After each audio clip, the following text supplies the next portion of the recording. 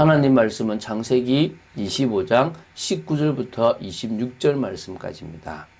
21절부터 23절을 합독하고 창세기 25장 19절부터 26절 말씀을 보도록 하겠습니다. 우리 21절부터 23절 합독하겠습니다.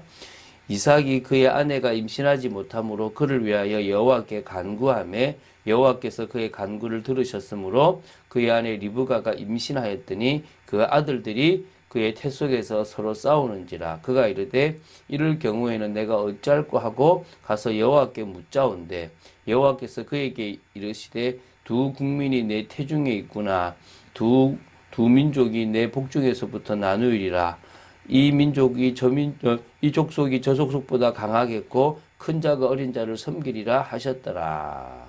아멘. 자, 우리 지금 창세기를 보고 있습니다.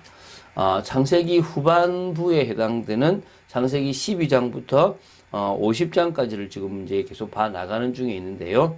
여기는 아브라함, 이삭, 야곱, 요셉 등 이스라엘 민족의 이 역사 초기의 네 족장에 대한 내용이라고 보시면 됩니다. 다시 말해서 이스라엘 민족의 직접적 기원을 이루는 이 네 명의 선조들의 행적에 대해서 이렇게 우리가 기록한 것을 보고 있다고 생각하시면 됩니다.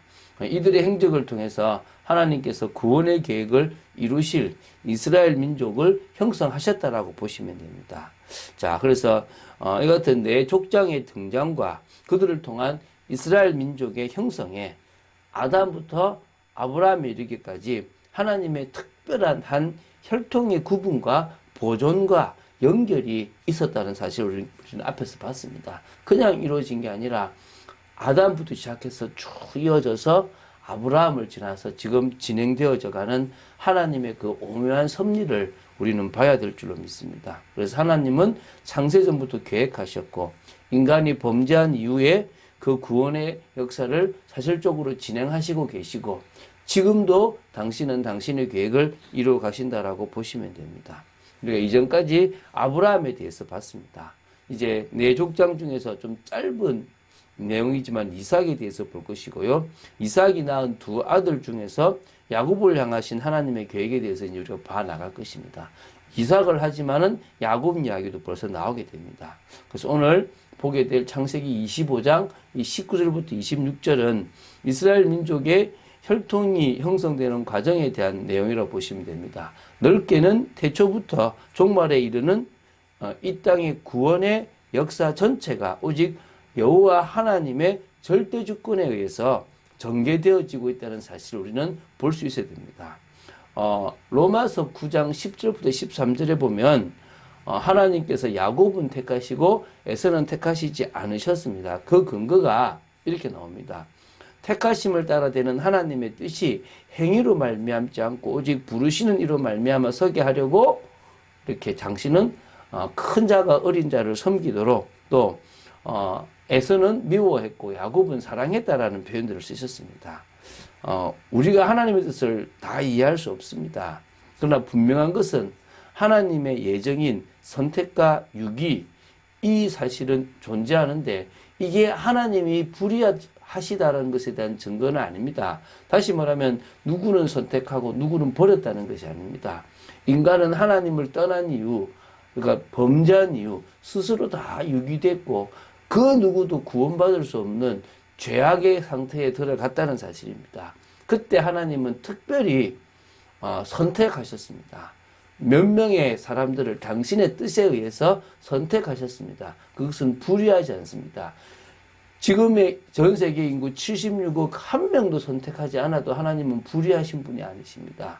그런데 당신의 뜻에 따라서 당신이 원하시고자 하는 사람을 선택하셨다. 그건 당신의 뜻입니다. 그 정도까지만 이해하고 우리가 좀 보도록 하겠습니다. 자, 우리 19절, 20절입니다. 자, 아브라함의 아들 이삭의 족보가 좀 나옵니다. 아브라함이 이삭을 낳았고 이삭은 40세에 리브가와 결혼을 했습니다. 지금 다시 한번 정리하죠. 그죠? 이 24장이 우리가 이 내용을 잘 다루었습니다. 리브가는 바단 아람의 아람 족속 중 부두엘의 딸이요. 아람 족속 중 라반의 누이라고 지금 상세하게 나옵니다. 이 바단 아람이란 말은 아람의 들이라는 뜻인데요.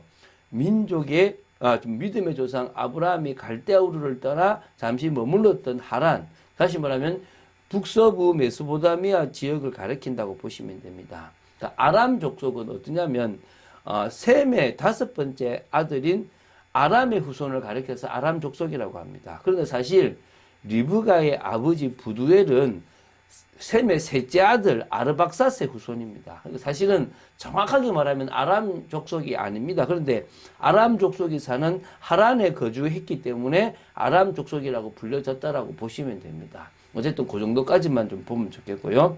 21절, 22절을 보겠습니다. 이삭은 결혼을 했습니다. 근데 아이가 없습니다. 얼마 없었냐니까 20년 동안 없었습니다. 물론 요 부분에는 없고요. 마지막 절에 26절에 60세라는 걸 통해서 아들을 낳았을 때가 60세니까 20년 동안 아이가 없었구나를 압니다. 그래서 이삭은 임신하지 못하는 리브가를 위해서 여호와께 간구를 했습니다. 그런데 하나님께서 그 간구를 들으시고 리브가로 하여금 임신하게 하셨습니다. 다시 말하면요. 임신하지 못하게 하시는 분도 하나님이시고 임신하게 할 수 있는 분도 누구란 말입니까? 하나님이시란 겁니다.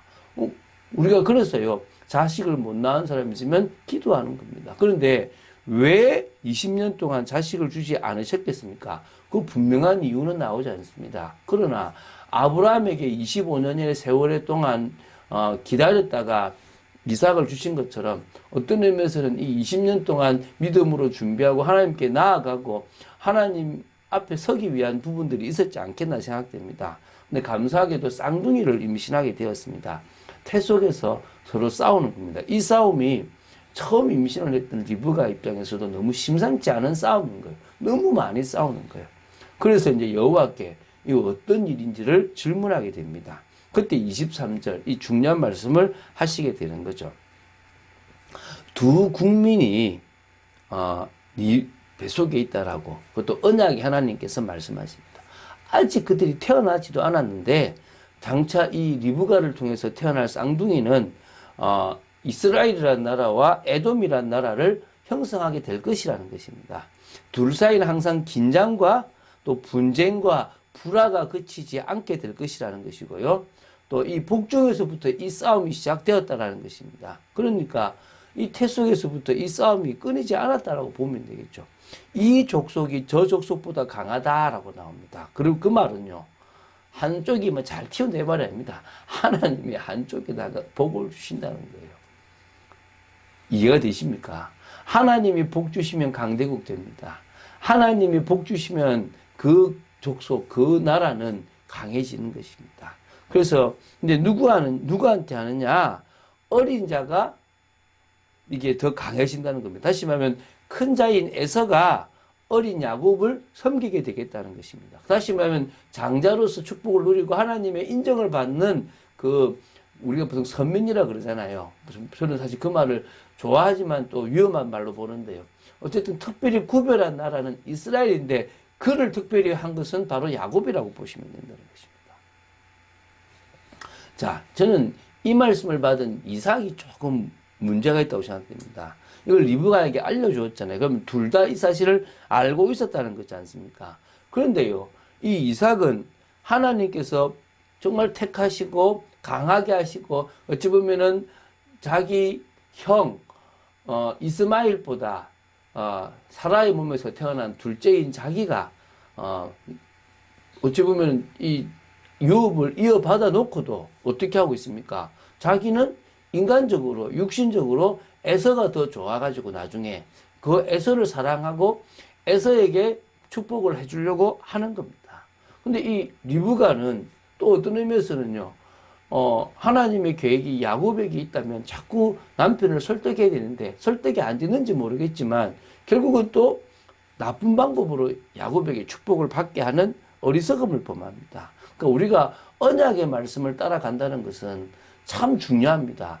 내 기준에 맞다. 내가 생각할 때 맞다. 이걸 내려놓을 수 있는 게 중요한 거거든요. 참 어렵더라고요. 저도 사실 그 기준을 못 정하고 제 뜻대로 살아갈 때가 사실 많음을 고백합니다. 그래서 부모님이 교육 철학을 맞추고 또 기준을 맞추고 또 양육 방법을 맞춰 나가는 것들이 필요하다고 생각됩니다. 자, 넘어가겠습니다. 자, 24절부터 26절을 봅니다. 이제 이제 봐서 해산기한이 차서 쌍둥이가 나오게 되는데요.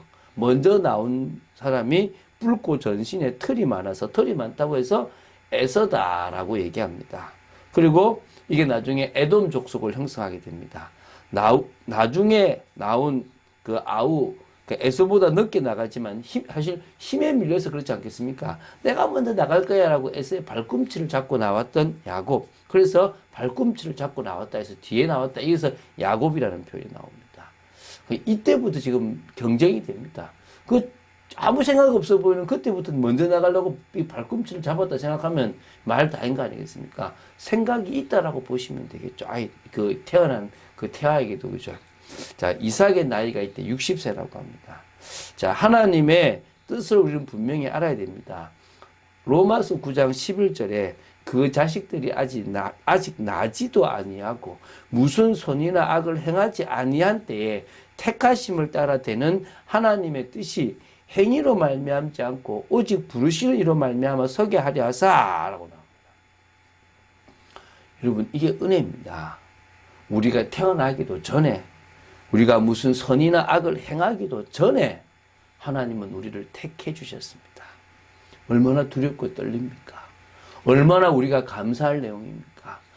우리가 많은 종교 중에 마침 이 복음의 진리를 알게 되고 예수 그리스도를 믿음으로 하나님을 만나게 되었다는 자체가 얼마나 감사합니까? 이 부분에 진정한 감사가 있고 우리가 이제는 말씀 따라 인도받아야 될 줄 믿습니다. 그래야 영적인 틈을 주지 않을 줄로 믿습니다. 우리가 복음적인 선택을 하고 지금 편하게 가려고, 지금 안정되게 가려고 선택하는 것이 아니라 믿음의 길을 가야 될 줄로 믿습니다. 하나님이 원하시는 복된 길을 걸어가야 될 줄로 믿습니다. 여전히 언약을 이어나가시는 하나님의 그 열심과 방향 맞춰야 될 줄로 믿습니다. 씨를 뿌리는 그 일들을 해나가야 될 줄로 믿습니다. 당신의 구속 역사를 한 번도 좌절시켜 보신 적이 없는 하나님이십니다. 끝까지 그 언약을, 그 모든 구원의 사역을 이루어 가시는 하나님을 우리는 아버지로 믿고 있고, 우리 역시도 그 아버지가 원하시는 그 구원의 역사를 이루어가야 될 줄로 믿습니다. 하나님께서 여호사브앗이라는 한 여인을 통하여 다윗의 그 계보를 이었던 것처럼 하나님은 믿음의 교회를 통해서 지금의 이 시대에 교회의 그 언약과 비밀을 이어갈 줄로 믿습니다. 그런 축복을 누리는 교회가 되기를 주 예수 그리스도 이름으로 축원드립니다. 주는 그리스도시요 살아계신 하나님의 아들이심을 고백합니다. 우리가 말씀을 따라가는 하나님의 뜻과 통하는 그런 복된 저희들 되도록 정말 인도받기를 간절히 소원합니다. 아버지 하나님, 저희들을 붙잡아 주시옵소서. 하나님의 뜻과 통하는 복된 저희들 되기를 원하며, 또 정말 저희들이 받은 구원의 은혜가 우리의 노력이 아니라, 우리의 행위가 아니라 바로 하나님의 뜻에 의해서 되어진 정말 복이었음을 정말 고백합니다. 아버지 하나님, 오늘도 믿음으로 서 있기 원하며 이 아버지 하나님 핍박의 시대에, 또 힘든 이 시대에 더 믿음으로 서 있는 복된 저희들 되기를 간절히 소원합니다. 이 세상을 아버지 하나님 굽어 살펴주시고 긍휼을 베풀어 주시옵소서.